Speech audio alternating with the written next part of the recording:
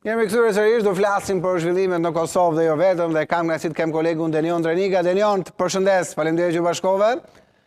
Besoj, edhe pse është ndryshimi orarit, i ke ndjekur zhvillimet çfarë ka ndodhur në parlamentin e Kosovës, se njohë shumë i mirë i zhvillimeve atje, çfarë ishte kjo që ndodhi dhe çfarë mund të prodhojë kjo krizë që po quhet nga shumë ekspertë në Kosovë, kriza politike atje. Në vërtet prisja që të paktën mandatet konfirmoheshin dhe pastaj të shtyje seanca për të zgjedhur kryetarin e kuvendit apo si do të procedohej. Pavarësisht emrave të mundshëm që qarkullojnë, qoftë Fatmir Lima i Nismës apo edhe Nën Rrogosi, që kam dëgjuar për Dora Çitakun e PD-s, gjë që unë personalisht dëshiroj shumë që të bëhet, jo se zonja Çitaku. Po mirë, do duhet përpara të arrihet marrëveshja me PD-n.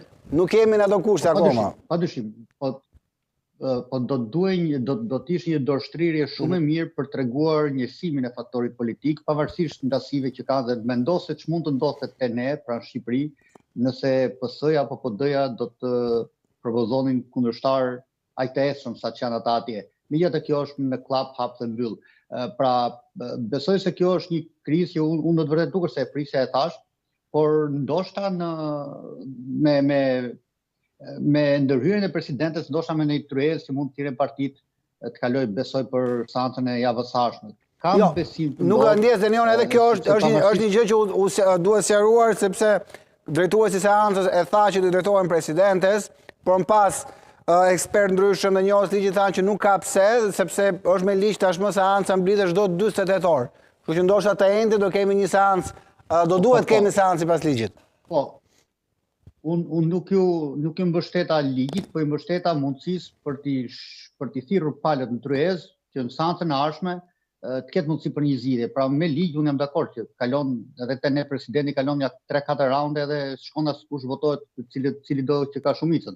Po them si mundësi për të shtrirë një marrëveshje politike, ndoshta do të ishte mirë që presidenti pra jo thjesht informohej, po thjesht të ndërmerrte një hap nëse ajo e ka autoritetin për të bindur palët. Unë bashkë kemi folur sa herë, ka qenë njerëz sekondisht vështirë që ata të bënin marrëveshje, veçanërisht ajo e zgjedhjet para të 2021-shit, kur presidenti Ibrahim Rugova refuzonte kategorikisht, por në fund arriti mbas 3 muajsh, qoftë me PD-n për Bajram Rexhepi si kryeministër, ashtu edhe me Partinë Demokratike të Kosovës, duke emëruar Bajram Rexhepin dhe mbajti kryetarin e kuvendit dhe presidencën. Pra besoj shumë që ata kanë një fort për ta bërë këtë, na e tregon historiku i tyre pas zgjedhor.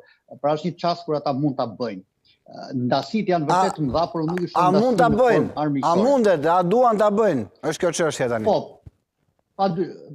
Të them të drejtën, më shumë se sa PDK-ja që ka një mori edhe inatesh të mbledhura, sepse kemi gjithë ata njerëz në Hag, kemi fajsinë drejt për drejt, kemi diskutimet e mohojnë ose jo vlerën e luftës vetëvendosja apo LDK-ja, apo sadoqoftë PDK-ja rolin që ka pasur Albin Kurti apo vetëvendosja apo vetë LDK-ja. Po unë besoj që me gjithë inatet që janë të skajshme, unë besoj se më e rëndësishme është krijimi i institucionit, pra i një qeverie, i kuvendit dhe i qeverisë, dhe unë besoj se ata duke thirrur historikut mund ta bëjnë. Dyshimi vetëm që kam thimi është tek LDK-ja. Them të drejtë, LDK-ja gjithmonë më ka lënë shije jo të mirë kur ka vendosur me shumë kokëfortësi që të mos bëhet fal apo të dalë nga një marrëveshje e mundshme. Besoj shumë që votat e LDK-s janë më të nevojshme se ato të PDK-s, sepse PDK-ja u ushtron në mënyrë të jashtëzakonshme qenin opozit. Kundrejt LDK-s gjithmonë gjen hapësira për kompromis dhe ti kujtojmë qoftë me Bajram Kosumi si kryeministër, qoftë me Ramush Haradinaj, pra gjithmonë LDK-ja është më e gjen një korridor, po themi kështu pak nuk po duhet të përdor fjalën i leqar, po pak me diplomaci apo e gjen një rrugë për të futur në qeveri edhe me ata që i ka kundërshtar. Ndërsa PDK-ja është një opozit shumë e mirë. Unë nuk besoj se LDK-ja do bëjë një opozit më të mirë siç mund ta bëjë PDK-ja, pavarësisht se cili është kryetari. Okej, kuptoj Denion, por duke parë këtë situatë, ti shpresh besim plot që Albin Kurti do ta zgjasë dorën, por nga gjithë qëndrimet e tij publike, e vetmja dorë e zgjatur, paktën edhe kjo jo zyrtarisht, është ajo ndaj Fatmir Limajt, 3 deputetëve që ka nisma.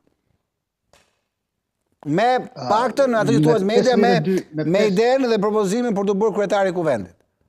Sa e kalon Gërçin kjo gjë? Po me 52 votë, shikoj, nëse i referohem vetëm 52 votave dhe 3 të nismës nuk dalin. Unë jam i sigurt që komunitetet do të jenë në këtë krah dhe është jashtëzakonisht e rëndësishme dhe unë nuk dua që të përfshi fare deputetët serb sepse ata edhe kur janë, edhe kur s'janë problematik mbeten çdo lloj rrethane. Hiq Nenad Rashish, do thoja unë, besoj e ti bie dakord. Për mua, për fat keq që gjithë kushtetuta, plani i Marti Ahtisarit është jashtëzakonisht rrënues për krijimin e institucioneve, duke marrë parasysh madje për të mos u zgjeruar tek ai plan, të drejtat e tepruara që u ka dhënë server, pa thjesht nuk i meritojnë as për përqinë e popullatës, për të mos thënë pastaj për mënyrën se si janë sjellë me institucionet, apo me qëndrim që kanë të drejtë për drejtë me Beogradin, por unë do doja shumë që të vlerësoj masivisht ajo votë që marrin shqiptarët në Kosovë, pavarësisht hyjeve të vendosur në flamur që nuk përbëjnë asgjë tjetër përveç se një etiketim të disa komuniteteve që s'janë as etnike as gjë thjesht janë të ngulur aty për vitet, askush s'ka pse ti dëbojnë. Ata kanë drejtë e tyre për fjalë, për votë, qoftë për ministër, por bazën e qeverisë duhet ta kenë vetëm shqiptarët e Shqipërisë Veriljindore. Dhe ata të tjerët janë thjesht punëprishës. Megjithatë në këto çaste kur kemi nevojë, po them kemi nevojë të gjithë për komunitetet e tjera, unë dua shumë që bosnjakët të mbeten çelësi mirë, siç kanë qenë përgjithsisht në mbështetje të qeverisë, për të mos në pasaj për Ashkalin apo për Romët apo komunitetet sajuara që sidoqoftë kanë këtë të drejtë që e thash. Pra unë besoj që me komunitetet dhe me nismën mund të bëhet. Po se sa do jetë i gatshëm zoti Limaj të hyjë në këtë kompromis dhe çfarë do të përfitojë ai, këtë nuk e them dot, sepse ambicet politike të zotit Limaj. Kryetar Kuvendi, kjo është premtuar paktën off record. Po. Si e shef Admir Limaj ti? A e sheh do Denion personal? A e sheh, duke qenë se e njeh nga afër, edhe gjatë luftës edhe pas luftës. Po. A e shef Admir, si e shef Admir Limaj sekretar Kuvendi? Padyshim që e shoh dhe e shoh një figurë jashtëzakonisht mirë, madje për të mos thënë si ndokush tjetër, edhe në periudhën e pas luftës, edhe kur ishte në qeveri, ai tregoi vërtet vendosmëri dhe ishte shumë korrekt, edhe konkret në punët që bënte.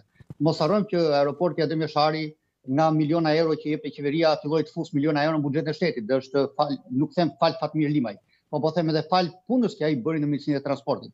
Autostrada Ibrahim Rugova gjithashtu, dhe është një pjesë jashtëzakonisht e rëndësishme e punës që ka bërë Fatmir Limaj. Pra ka qenë edhe vendimtar, po edhe bindës. Do thot dikush pak me humor që dakord se ai e kaloi edhe nga zona e tij, nga Malisheva, po kjo është pak e rëndësishme, rëndësi ka që janë vepra të kryera dhe ne po i shohim.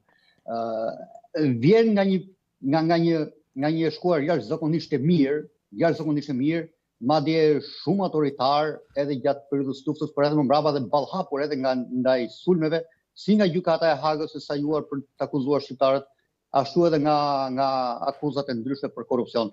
Pra për mbledhjas Fatmir Limaj në shoh si një kandidaturë jashtëzakonisht shumë të mirë, e para ditë sillet politikisht, dhe e dyta nuk është në atë nivel që mund të themi tradhtoi interesat, siç u tha, bie fjala për Ramush Haradinajn, apo siç u tha për LDK-n, apo për Hashim Thacin kur bën marrëveshje të ndërsjellshme. Dakor, po tashmë Fatmir Limaj etiketohet si tradhtar nga ana e Ramush Haradinajt. Pra ka pasur deklarata të forta. Ramush Haradinaj, unë nuk dua të hyj historikut edhe të periudhës luftës.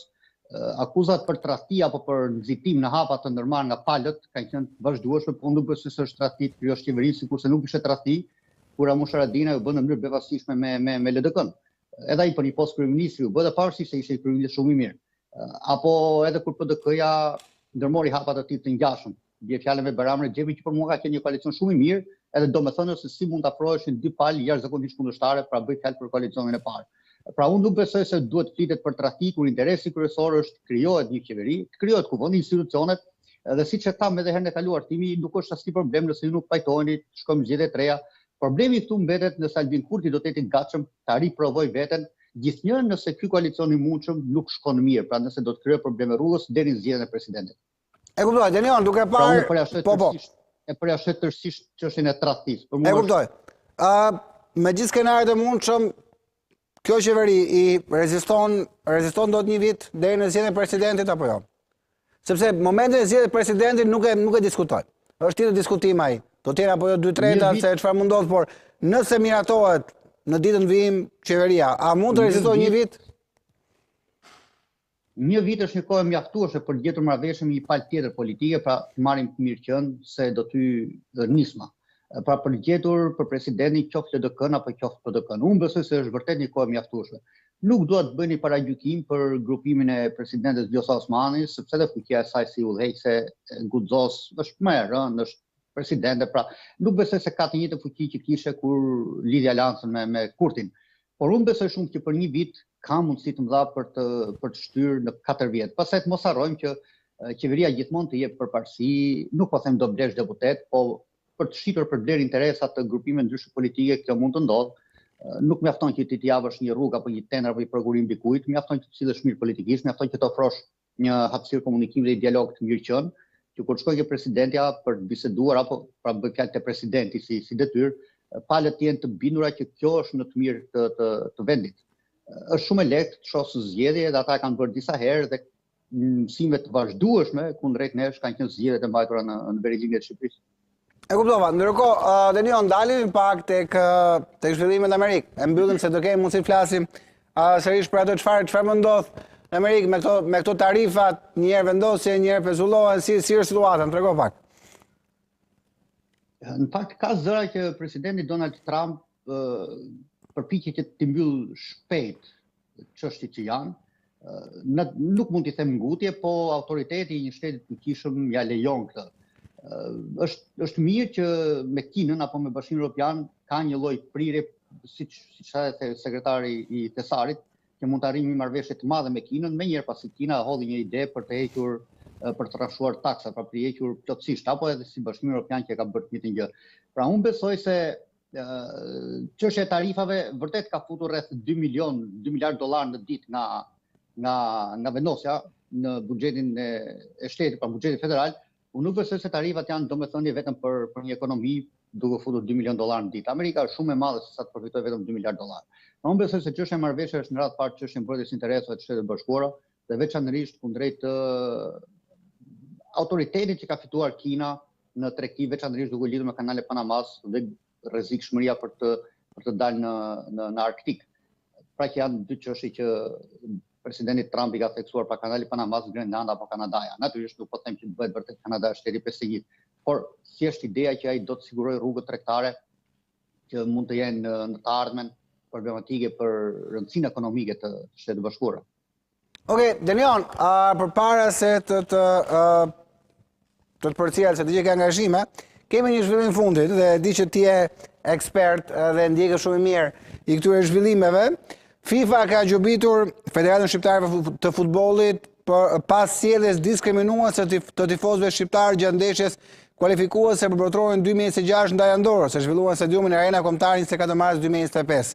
Komisioni disiplinor i FIFA-s konsideron të papranueshme sjelljen e tifozëve dhe ka vendosur një gjop prej 20.000 frangash zvicerane ndaj FSHF-s, si dhe, tu duan ndalen pak, mbylljen të paktën 20% të stadiumit në ndeshjen e radhës së Shqipërisë në kompeticionet e FIFA-s, me prioritet në tribunat pas portave. Sipas vendimit të dhënë nga FIFA, ky 20%, më dëgjoj vetëm një sekond, Denion, lutem, duhet mbushet me grupet komunitetit ose organizata kundër diskriminimit me miratimin paraprak nga Qeveria Botërore e Futbollit. Gjithashtu brenda 6 muajve, FSHF-ja duhet të hartojë dhe të paraqesë një plan të përmirësuar kundër diskriminimit që duhet miratohet nga FIFA. Federata u bën thirrje tifozëve që të vazhdojnë mbështetjen kombëtare duke krijuar një atmosferë të ngrohtë dhe pozitive dhe i fton të tregojnë qytetari dhe respekt përmes sjelljes korrekte ndaj ekipit kundërshtar për të shmangur çdo situatë që mund të dëmtojë ekipin kuqezi. FSHF mbetet në pritje të udhëzimeve të FIFA-s për mënyrën e zbatimit të vendimit. Denion, do jetë bosh 20% e stadiumit në ndeshjen me Serbinë. Dhe ti e she rastësi dhe vendim të drejtë pikërisht përpara ndeshjes me Serbinë. Prandaj rastisin vetëm pak minuta më parë është publikuar. Në 14:05 është publikuar vendimi. Absolutisht që është jashtëzakonisht i qartë, ashtu sikurse FSHF-ja ka ndaluar këngë apo marshe apo gëzime që na përkasin gjithë shqiptarëve, ashtu sikurse FSHF-ja ndërpret biletat për grupime që e ndezin stadiumin, duke i pështyr ata për gjithë historinë e tyre në mbështetje të ekipit kombëtar, në të vetmit ekip kombëtar që janë shqiptarët, ashtu sikurse FSHF-ja është treguar e dobët në vazhdimsi për të qenë autoritare dhe për të thënë UEFA dhe FIFA-s, ne me Serbinë kemi probleme jetësore dhe nuk duam të ndeshemi dhe të jeshim ndershëm largohu, mos merr pjesë fare, paguaj gjobën, paguaj atë haracin që të mbetet nga një përjashtim i mundshëm. Por këto janë makinacione, është kot themi këto fjalët moderne të ulta dhe të papranueshme, është thjesht një ndikim i drejtë për drejtë për të penguar zhvillimin dhe mbështetjen e kombëtare së shqiptarëve në ndeshjen kundër Serbisë, nuk është sport, thimi, është identitet kombëtar, është shfaqje e të gjithë pezëvit dhe hidrimit, trishtimit që serbët na kanë shkaktuar jetë mot. Unë nuk e di nëse FIFA apo UEFA do të bëjnë të njëjtën gjë për serbët, nëse të kujtojmë kanë marrë në një mas ndonjëherë për Partizanën e Beogradit, që sa e shkonte edhe Toulouse, i vrisin në një tifoz, dhe për gjitha çfarë dimë në Serbi, për çdo lloj mundësie që kanë ata për të parë një ndeshje dhe ping-pongu duke thirrur të vritin shqiptarët e kroatët, por kroatët bëjnë ç'të duan se janë si ne, por thelbi është që kjo ka domethënie plotësisht për të penguar një mbështetje të plot. Mos harro thimi që nuk e quaj çudi që në mirë kuptim, për hir të paqes, bashkimit, brațvăiet që kanë pasur një Jugosllavi, bashkim vllazërimit, ndeshjet të dalin edhe 0-0. Kjo është një hap i mirë, një Ballkan hapje edhe në sport, duke pështyrë dhe duke hedhur poshtë të gjithë gjakun që është derdhur atje. Pra ti thua që FIFA është bërë pjesë e kësaj gjithë gjëje, pra? Ka qenë më thimi pjesë. Më thua një rast kur FIFA ka ndëshkuar Serbinë, më thua një rast kur FIBA ka ndëshkuar Serbinë për ndeshjet e basketbollit, më thua një rast kur FIFA në voleyboll apo kudo qoftë i ka tërhequr veshin Serbisë. Më thuaj, ata vajtën në një takim në Beograd dhe shkulën flamurin e shtetit Kosovës. E shkulën. Dhe ti pret që FIFA të jetë pranesh, po ne mbajmë mend Platinin, me deklarat çuditshme, mbajmë mend Maja Kocianci të Bashkimit Evropian. Përshëndesin policinë serbe për sjelljen, cilën sjellje? Në Beograd, atë që u bë ti përshëndet policinë serbe dhe ti thua, shiko, timi, kur je i vogël, kur kalon elefantin në pyll nuk pyet njëri për barin. Po kjo nuk bën dot kërkënd që të hesh. Dhe për fat keq ne gjejmë rrugët ballkaniste të hapura apo të mbyllura për të kaluar mbi gjakun atyre që ranë. Denion Drenika, shumë faleminderit. Gjithmonë kënaqësi bisedoj me ty. Turoj një vijim ditë sa më të mbar. Okej, të shumë miq, këto ishin zhvillimet që kishim zgjedhur për sot, për lajmet e fundit nga vendi, rajoni dhe bota. Shkarkoni aplikacionin e Euronews.al në App Store dhe Google Play. Mos u largoni, pas pak vjen kolegu Ilir Kasaferi me zhvillimet mjaft interesante. Bashkë do të shihemi sërish nesër në 11:30. Deri atëherë, kalofshi bukur.